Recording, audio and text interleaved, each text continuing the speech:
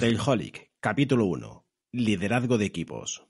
¿Qué tal? ¿Cómo estás? Bienvenido, bienvenida a Retailholic, este podcast que empieza hoy ya por fin con el capítulo 1. Digo capítulo 1 y digo que empieza ya por fin hoy porque llevaba ya no meses, sino años pensando en lanzar un podcast con los temas de los que suelo tratar habitualmente, tanto en mis libros como en mis conferencias por medio mundo.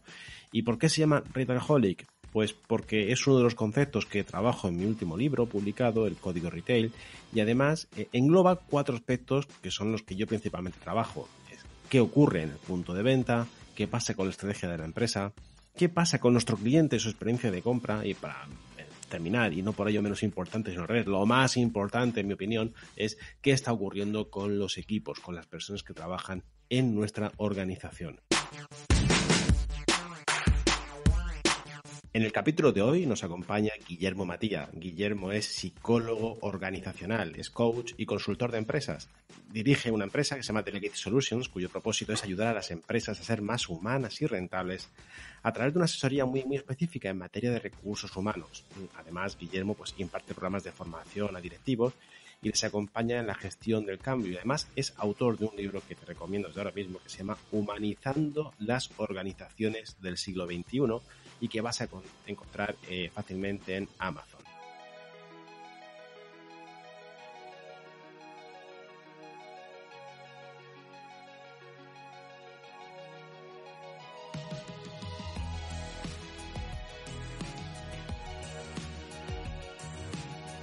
Guillermo, muchísimas gracias por estar aquí hoy en Retailholic. Bienvenido. Muchas gracias. Bueno, nos conocimos en una experiencia de formación hace muchos años, cuando trabajábamos en la misma empresa. Y para mí, Guillermo, pues fuiste un referente porque en un mundo en el que yo ya estaba con unas inquietudes tremendas en management, en liderazgo, en valor de ejemplo, en cosas que después he ido defendiendo, pues encontrarme con que tú también tenías esta visión, pues para mí fue revelador y creo, Guillermo, que necesitamos formar continuamente en management a los equipos, ¿verdad? Que no por estar en una gran empresa esto se aprende solo o viene ya sabido. Sí, bueno, oye, déjame que ya que recuerdas nuestro momento, nuestro encuentro, ¿no? En aquella organización, pues efectivamente, ¿no? Yo recuerdo muy buenos momentos contigo, buenas conversaciones sobre el tema que nos atañe hoy y fruto de mi trayectoria en casa con mi familia, pues yo creo que uné un interés por el mundo de la empresa y también un amor por las personas en el entorno organizacional, ¿no? Y respecto a tu primera cuestión, pues mira, la Organización Mundial del Trabajo ya ha dicho en los últimos años, en los últimos congresos y presentaciones, que las empresas competitivas deben gastarse al menos $1.500 al año invirtiendo en sus managers, en sus mandos intermedios y en sus comités directivos solo y exclusivamente en las soft skills y en las orientadas al desarrollo de gente. Y siendo además en el momento en que nos encontramos ahora, donde las personas pues cobran otro brillo, todo lo que tiene que ver con la formación lo tenemos que embridar muy bien en las organizaciones para seguir manteniendo empresas fuertes y durables en el tiempo, ¿no? Sí, porque en equipos, y esto es importante, a mí me parece súper interesante, ¿no? El hecho de que tenemos muchas veces en ciertas empresas la figura del mando intermedio, que para mí es esencial, porque está ahí en medio entre el terreno y la dirección. Y muchas veces es un filtro que hace que las cosas puedan ir muy bien o puedan ir muy mal. Y creo que cuando hablamos de management tenemos que hablar siempre, Guillermo, de mando intermedio como esa figura clave, ¿no? Sí. Es un puesto difícil, el puesto intermedio que tú y yo lo hemos sufrido y disfrutado, es un desafío. Yo creo que la gran fuente de aprendizaje en el mundo del liderazgo, por lo menos en la parte práctica. Como bien apuntas, claro, es la persona que tiene que recoger la estrategia que viene de arriba, de la copa del árbol, donde se está trabajando teóricamente a medio y largo plazo, y lo tiene que convertir con todas las destrezas y con toda la carne en el asador en movimiento en abajo, en el terreno, ¿no? Y eso genera tensiones, ¿no? Y no sé, que imagine el oyente que de un brazo izquierdo le están tirando de una cuerda y del brazo derecho le están tirando de otra. Pues esa polaridad y ese yin-yang que se vive cotidianamente y en retail además con la presión del cliente, pues hace que sea realmente un desafío, ¿no? Y luego existe un riesgo que seguro que tú también lo has visto, que el mando intermedio se ciñe al final a ser una especie de no sé, como de trasladar instrucciones, ¿no? Me limito solo. Sí, como ser un mensajero, ¿no? Incluso a veces va con el temor de que como tengo que decir malas noticias o lo que no va a gustar, ¿no? Ya antepone incluso eso ¿no? De no matéis al mensajero, ¿no? Sí, sí. Y luego, fíjate, tú, hablar del mando intermedio, la verdad es que el tema da para hablar un buen rato, ¿no? Pero ahora mismo es una figura que cada vez se está haciendo más versátil. En algunos sitios este mando intermedio pues se le llama un coach. Hay tendencias organizacionales que tienden a hacer más plana la organización y entonces es una figura que puede estar cuestionada en algunas compañías. El mando intermedio muchas veces tiene dificultad de saber cuál es el equipo, porque cuál es su verdadero equipo. Siente que su equipo es la persona, el equipo que está hacia abajo, digamos el que cuelga del organigrama jerárquico, ¿no?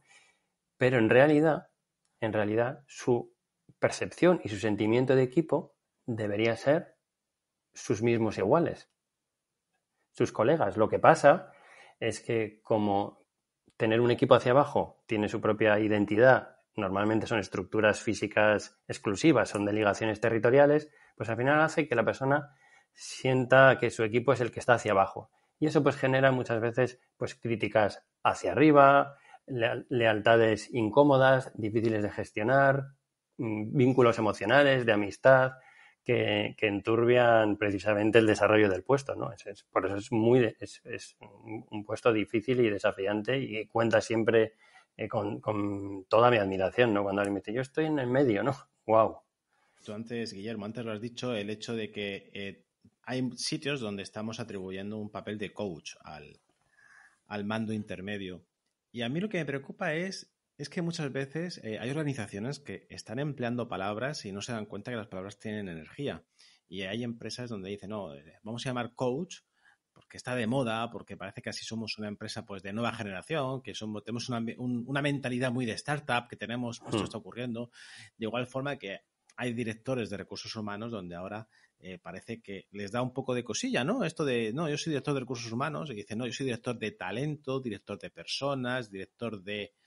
Que todo esto está muy bien, pero al final define una función que muchas veces no se ha concretado, ¿no? Con todo un equipo, a un mando internet, tú dices coach, y además coach, vas a ser el coach de tu equipo, y luego al final, pues eso queda muy, muy desdibujado. Esto me lleva a pensar, Guillermo, y comparto contigo que muchas empresas tienen muy definidas sus políticas comerciales, sus políticas de marketing, pero no su política de management, ¿no? ¿Qué esperamos a nivel de management de un mando intermedio? Ya lo llamemos coach o como queramos llamarlo. Bueno, respecto al naming, a la nomenclatura de los puestos, si me tuviese que mojar, y me mojo porque estoy en confianza, a mí me va bien. A mí me parece una buena posición en que las organizaciones estén pasando del término de la palabra jefe a otro tipo de expresiones que lo que están de fondo, si vamos a la raíz y confiamos en estos cambios, es que hay una necesidad de progreso, que hay un replanteamiento serio sobre el ordenamiento jerárquico de las estructuras de la empresa, de que se tiende a la autogestión, ¿no? O sea, que la filosofía coach me parece muy interesante y muy pertinente. Es una manera de empezar a hablar más de creatividad y menos de control, o más de libertad y menos de disciplina. O sea que yo me atrevo a invitar a que esa evolución en la nomenclatura, porque genera esa reflexión, ¿no?, a la que tú apuntas, ¿eh? Es verdad que el término coach está muy manoseado. Los puristas del coach dirían que un jefe con autoridad jerarquizada, dotada por la organización, nunca podría ser nombrado como coach porque estás dentro del ajo y entonces no ayuda a tomar nuevos marcos de referencia, que es una de las identidades de la profesión de coach. pero y yo por eso recomiendo separar los roles, ¿no? Pero está bien, tenemos que ir hacia allí. Y claro, esto apunta a tu principal cuestión, ¿no? Claro, es que esta evolución y este progreso que está habiendo es porque nos estamos replanteando cuál es la función de un manager, independientemente del sitio en el que se encuentra en el barco, ¿no? Si está en la proa o si está en la sala de máquinas. Si es un manager, al final tiene que obtener lo mejor de la gente, tiene que generar una serie de resultados y tiene que crear entornos que fomenten pues la colaboración y la cooperación en aras de cumplir el encargo que tiene la organización, sea cual sea. Esa es su principal función, ¿no? Hay un mensaje en el que yo siempre he insistido, ¿no? Y cuando he escrito algún libro, ¿no? Cuando me dicen, oye, Jacinto, ¿qué es la principal misión que tiene un mando intermedio, un manager, un directivo? Pues yo digo siempre, ¿no? Pues el cumplir con los ratios y con los objetivos y con lo que en ese momento, ¿no? Le están pidiendo. Pero hay otra cosa que me parece súper interesante, Guillermo, que es el asegurar el futuro. Y asegurar el futuro significa preparar a las personas que van a sustituirte en el futuro. Preparar ese más allá de una forma decidida, no solamente el pensar en el que, bueno, la gente o la empresa fichará a gente buena para el futuro, sino que muchas veces tenemos que plantearnos, estoy trabajando con mi equipo para que el día de mañana la sucesión de mi cargo esté garantizada y que yo en sí mismo pueda crecer. De hecho, Guillermo, los dos hemos trabajado en organizaciones y esto me parece muy interesante, donde uno de los ratios que había, o uno de los criterios, mejor dicho, para decidir si alguien progresaba o no, era si has trabajado con tu equipo precisamente para que tú mañana te puedas ir y decir, pues, oye, esta persona está preparada, la he preparado para que pueda dar este paso. Creo que tenemos que trabajar mucho, ¿verdad, Guillermo, en ese tema, ¿no? En la preparación con orientación a futuro Sí, sobre el talento de las personas. sí, sí. En las organizaciones que tienen pues eso, varios caminos, varias alternativas, que no son pues pequeñas pymes o micropymes, que por otro lado es el mayor de nuestros tejidos, ¿no? Pero en las empresas que permiten pues caminar, es que están condenadas a ello, porque la propia aspiración del talento que vaya emergiendo en la empresa, pues va a buscar su camino. Si no es allí, será en otro sitio o será, si no, emprendiendo, ¿no? Pues que ahora está tan de moda emprender, ¿no? Pero eso es la vía que a veces queda al talento de las organizaciones donde llegan a su techo y no existen vías para desplegarlos, ¿no?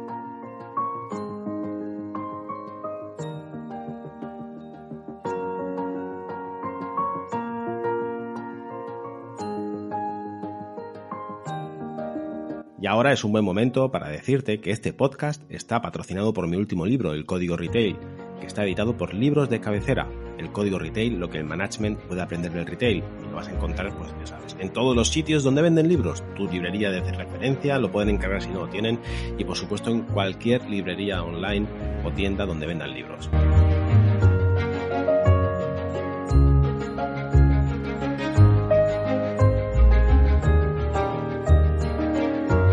Guillermo, tú has trabajado en altas posiciones en management, organización, a un nivel directivo de primer nivel y no solamente tomando decisiones dentro de una organización, sino también ayudando a otros profesionales y directivos de ese primer nivel. Pero aquí hay una cosa que a mí me encanta de ti y que todos los amigos y amigas que nos están escuchando ahora tengan en cuenta, que Guillermo Matilla empezó trabajando sobre el terreno en un punto de venta en una tienda. Este crecimiento, Guillermo, que tú tuviste a lo largo de los años, de partir de una tienda, de un punto de venta, de la moqueta sobre el terreno, e ir creciendo, me imagino que te dio un bagaje importante para que cuando después estabas en esa cúspide, ¿no? de la pirámide y podías ver las cosas de otra manera, te tengo que decir, oye, efectivamente, el haber pasado por el terreno te ayudaría muchísimo a después tomar ciertas decisiones y tener otro sentimiento acerca de lo que estaba pasando, ¿verdad? Bueno, mi movimiento en las organizaciones, sobre todo en mi primera, en la juventud, eh, no diría que fue azaroso, porque por falsa humildad. O sea, creo que me lo trabajé. Pero también se daba un contexto muy interesante, que era que las organizaciones en aquella época estaban creciendo y no les era fácil cubrir alguna serie de puestos. Y entonces estaba en el buen momento, en el buen lugar y en la buena hora cuando se daban oportunidades, yo estaba en un momento vital pues que me podía permitir pues moverme, tenía ganas de aprender y sobre todo conectaba, estoy pensando en las dos organizaciones donde he pasado más tiempo, conectaba con su propósito, ¿no? Me gustaba mucho el trabajo y con la gente con la que trabajaba y fui moviéndome, pero siempre en puestos, al principio, como dices, pues como llamamos nosotros, ¿no? De estar en contacto con el terreno. Y es verdad que cuando luego pasas a posiciones un poco más corporativas o de servicios centrales, que se suele llamar, o servicios de apoyo, pues la película cambia, ¿no? Y bueno, yo fui parte de esa película, de lo que voy a decir ahora, yo soy actor principal. Desde luego, en los servicios de apoyo se vive la primacía del accionista, no la primacía del cliente ni del usuario final. O sea, ahí lo que no suele importar tanto es la voz del cliente, sino más bien la voz del dinero y de la rentabilidad. Y eso es necesario, pero genera espacios pues de conflicto, ¿no? Y luego hay un asunto que a mí me preocupa y insisto que yo he sido aquí parte del proceso, pero desde hace 10 años la burocracia no para de aumentar en las organizaciones, ¿no? Gary Hamel ha dicho hace muy poco, tuve la oportunidad de verle en directo, que había aumentado, es una cifra que me asusta, un 80%, un 83% desde el 2008 hasta el 2018. Excluyendo las leyes, porque es verdad que dices, bueno, hay legislaciones de los países que están generando burocracia, ¿no? Pues ahora seguramente tenemos más burocracia por diferentes circunstancias que han pasado en los últimos años. Pero excluyendo eso, casi se ha duplicado la burocracia. Y esa es una parte que los servicios de apoyo y la dirección territorial, que también están un poco alejadas del terreno, debemos estar especialmente alerta, porque la burocracia destruye valor a una velocidad rapidísima y no nos damos cuenta. Y me parece un asunto, pues, ahora mismo de máxima relevancia, donde tenemos que ser eficaces, más productivos, conciliar de una manera distinta como lo estábamos haciendo, ¿no? Esto de la burocracia me está recordando, Guillermo, y no nos vamos a meter en profundidad porque es muy denso, pero Sí. ahora se está apostando mucho en las empresas y organizaciones por las nuevas metodologías de trabajo, pues se habla de Scrum, hablamos de Agile, precisamente para agilizar lo que está pasando en las organizaciones. Y yo esto es una cosa que he visto en más de una ocasión, donde por querer agilizar y adoptar ciertas metodologías, al final llega a ser contraproducente porque es como aquel que tiene un Ferrari cuando se acaba de sacar el carnet de conducir, ¿no? Que a lo mejor no es el mejor, no es la mejor herramienta para aprender, sino que hay que ir, pues oye, despacito y con otro ritmo. Pero sin duda creo que va hacia allá, Guillermo. ¿Tú cómo lo ves?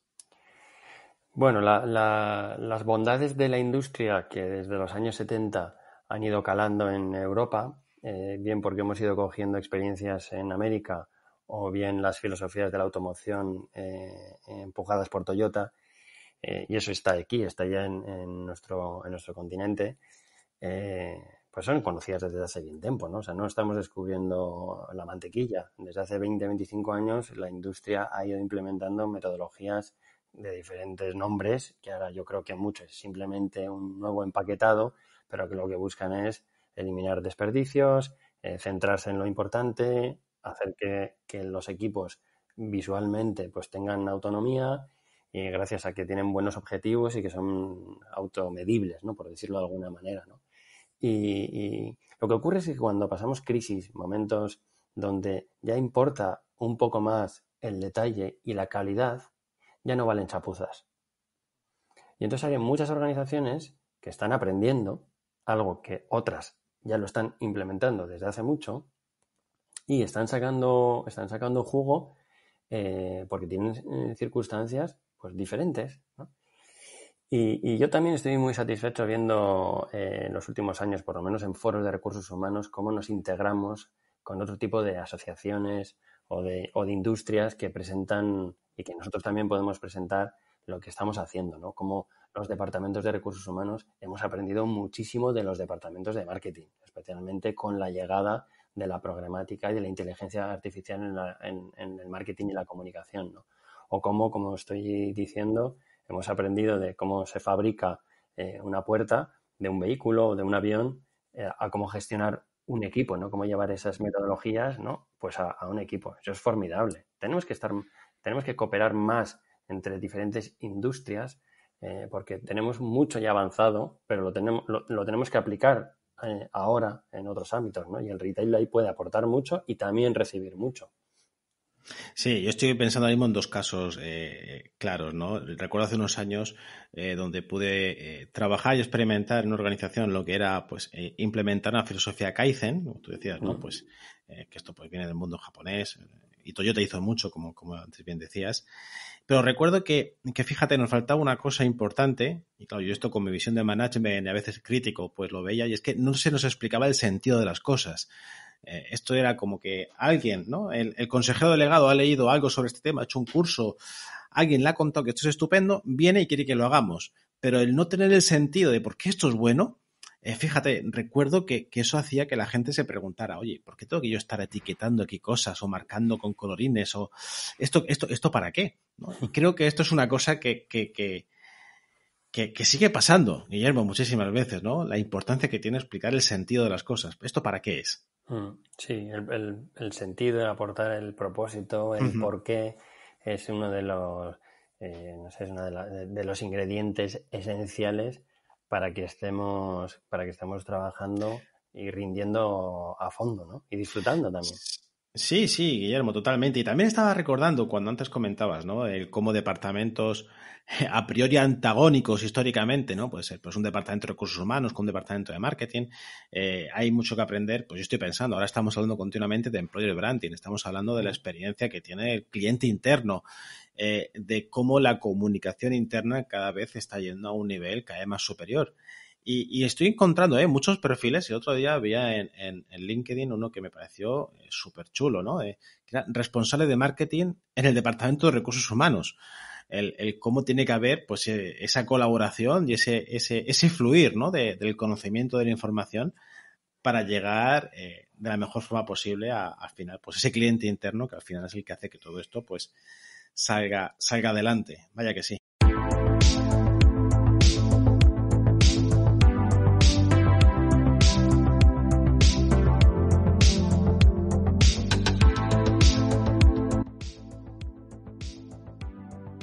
Hablando de liderazgo con Guillermo, uno no puede dejar de pensar en lo importante que es que transmitamos las cosas de la forma adecuada a nuestros equipos, a nuestros colaboradores, a las personas que trabajan con nosotros.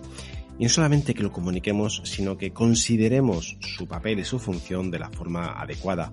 Hay una cosa que últimamente estoy dándole muchas vueltas y comparto contigo, y es qué importante es que los managers, directores, directivos, en definitiva, la gente que tiene personas a su cargo, consideren que las personas son centros de oportunidad, no centros de coste.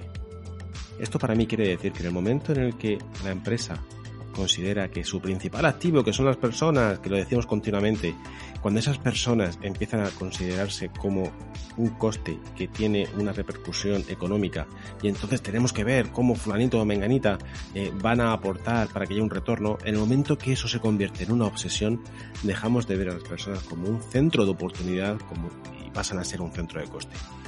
Cuando abandonamos esa idea del centro de coste y regresamos al centro de oportunidad, es sin duda cuando las personas, gracias a la confianza que depositamos en ella, gracias a nuestro liderazgo, gracias a nuestra mentoría, a nuestro acompañamiento, es cuando empiezan a desarrollar sus mejores ideas, donde empiezan a poner en marcha las estrategias, las prácticas, todo eso que hicieron que una vez quisiéramos contratarlas o tenerlas en nuestro equipo.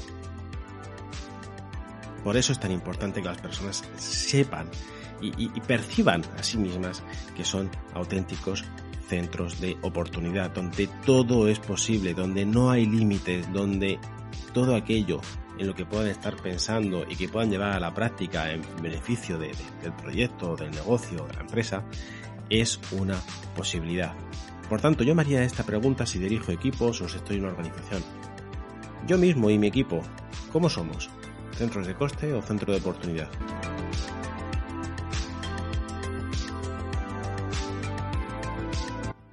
Guillermo, son tiempos inciertos, llevamos años hablando de esto de liderar en entornos VUCA, ¿no? Volátiles, etcétera, pero es cierto que en mitad de una pandemia el ambiente es triste y estamos ante una cosa pues incierta, desconocida, dramática muchas veces. ¿Cómo liderar o cómo plantear el liderazgo en organizaciones en un ambiente como el actual? ¿Qué visión tienes tú? Bueno, pedazo de preguntón. O sea, hay que ser muy osado para contestar no sé, desde un mínimo de conocimiento sobre el futuro. Es muy complicado porque estamos viendo en tiempos precisamente tan inciertos como dices, que cualquier pronóstico, pues eso, es una osadía. Entonces aquí, pues eso, más bien cabe compartir impresiones y experiencias y nuestra visión pues en mi caso con los clientes y lo que escucho en otras organizaciones por donde la gente se está moviendo, ¿no? Y yo lo que hoy estoy viviendo en esta tristeza, que la hay, ¿no? Y este ambiente tan desconocido, pero también estoy viendo fuerza, estoy viendo optimismo, estoy viendo como nunca flexibilidad, trabajo en equipo. O sea, estoy viendo también momentos realmente no sé, brillantes, ¿no? En algunos equipos y en algunas organizaciones. Yo creo que ahora lo que toca es que abandonemos ya de una vez las ostentaciones que vivimos o que hemos vivido en consecuencia de nuestro sistema capitalista. Entonces, tenemos que decir ya basta de, de la corrupción, de las castas en las estructuras organizativas, y esto tiene que ver con valores. Es el momento de, de- de apelar a nuestros principios de verdad, como seres humanos y también como organizaciones. Y esto lo hemos hecho en nuestras casas. Mucha gente después de 3 o 4 meses encerrados en casa. Y esto tiene que darnos un salto de madurez social, ¿no? Y yo diría que planetaria, ¿no? Yo creo que toca innovar también. Creo que toca ser creativos en la manera en que dirigimos a la gente. Toca cuidar mucho a las personas. Estamos en un momento donde cuando estamos con miedo, el cuerpo está en alerta y tenemos que asegurarnos una base, que la tierra es sólida donde caminamos, ¿no? Y esto implica mucha adaptación. La adaptación psicológica de cada ser humano, de cada directivo, de cada directiva, ser muy flexible y también de las empresas, ¿no? Como entidades propias, saber adaptarse, ¿no? Y hemos visto, hay casos que tú y yo hemos hablado, pues de empresas que han girado y han virado y siguen funcionando muy bien y otras han quedado ahí.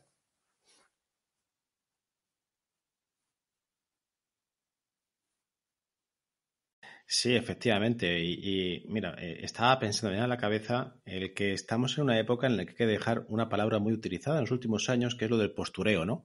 Organizaciones donde se primaba, ¿no? Donde había una actitud hacia eso, lo que tú dices, oye, hay que tener los pies en la tierra y trabajar y realmente demostrar la valía. Estamos sin duda ante un gran momento de la verdad. Y Guillermo, me vas a permitir que comparta con nuestros oyentes algo que me decías tú el otro día y me parecía súper interesante, que en los tiempos en los que estamos no es lo mismo ser optimista que ser positivo.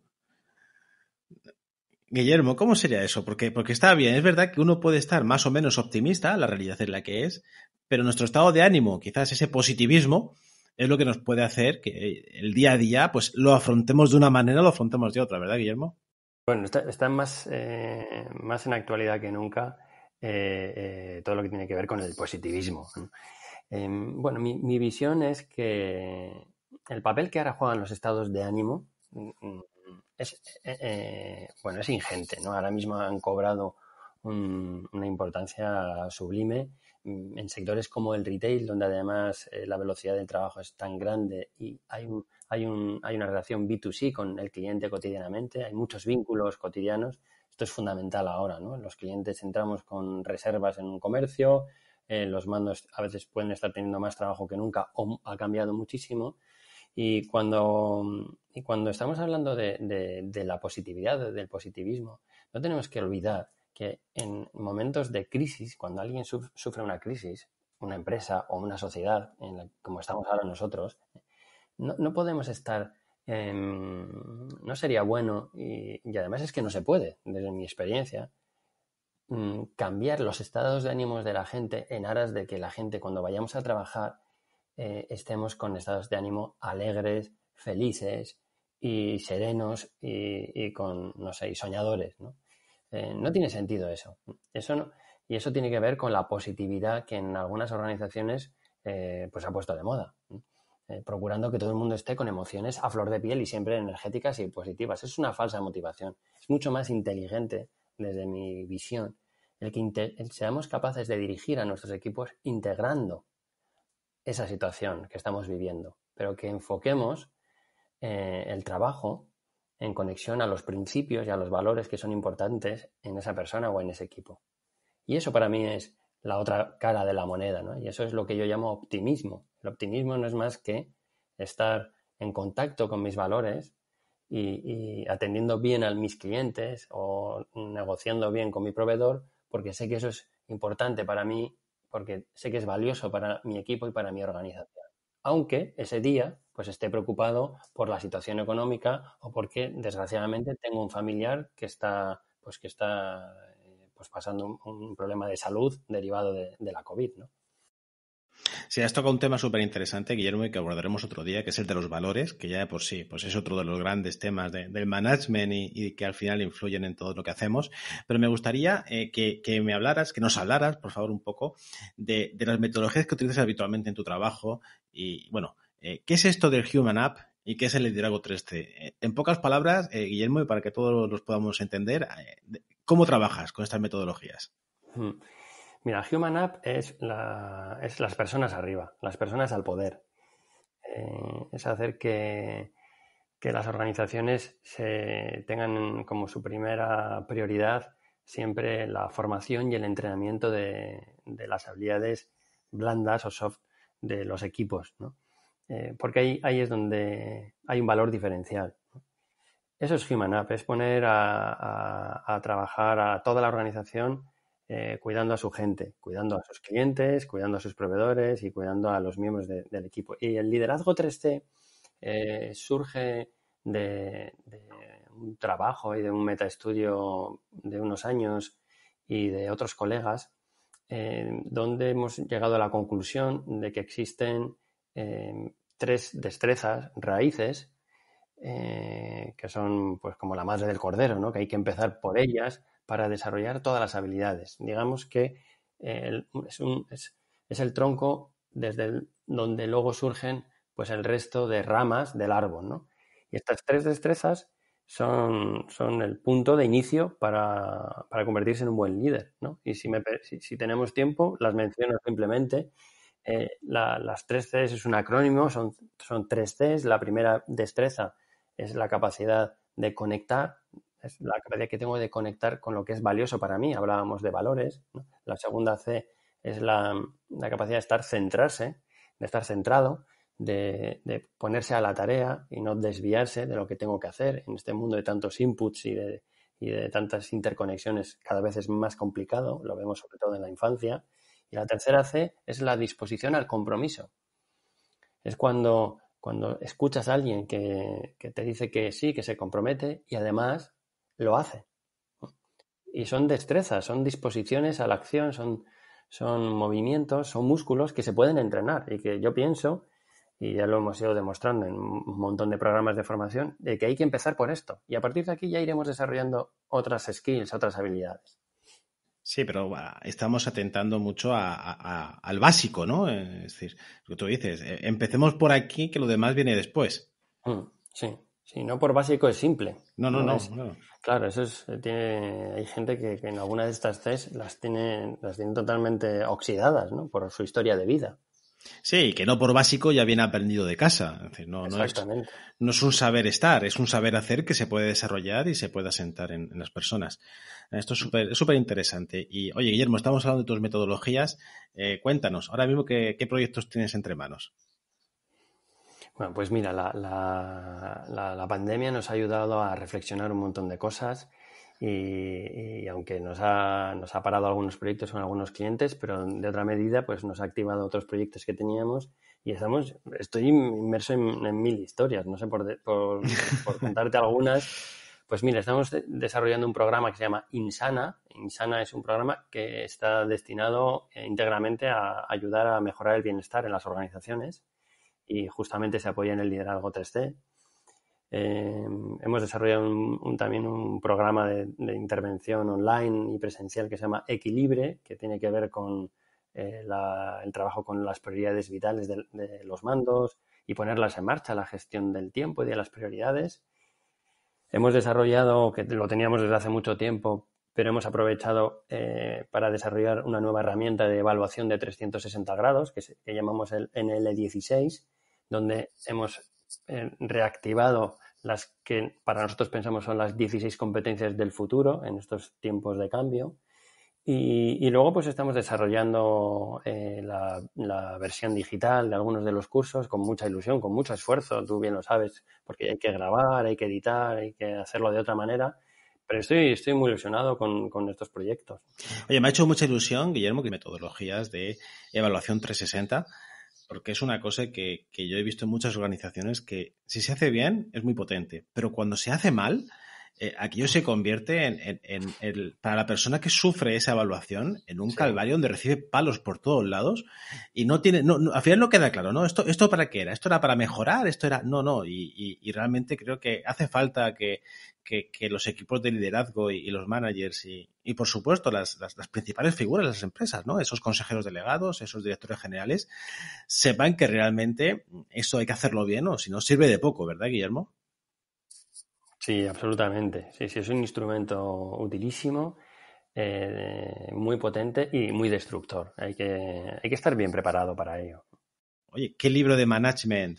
Bueno, de management o de lo que sea, pero ya sabes, ese libro que puede hacer que alguien se ponga en marcha, que descubra algo, que suponga un aprendizaje, oye, ¿cuál nos recomiendas? A ver, yo leería, que creo que lo he mencionado, a Gary Hamel.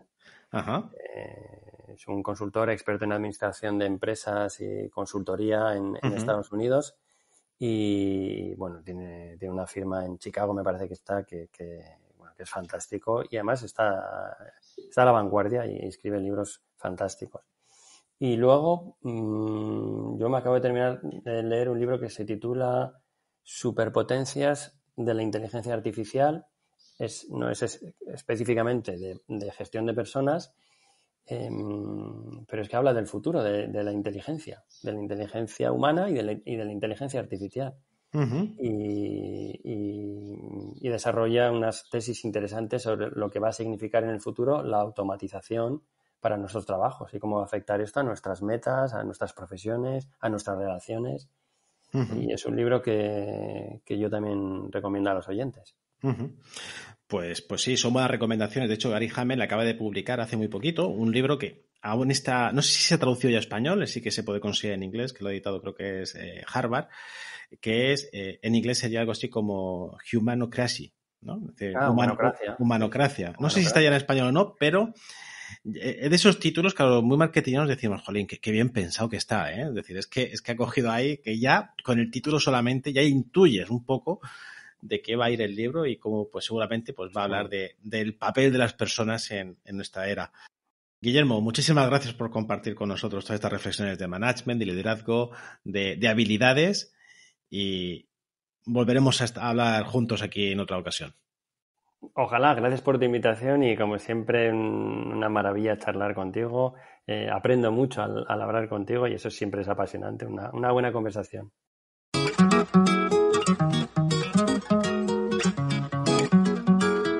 Y esto ha sido todo en el capítulo de hoy de Retailerholic. Espero que te haya sido interesante, que te sirva para pensar y para avanzar en las posibilidades que tienes en tu organización, en tu negocio o en tu proyecto de emprendimiento.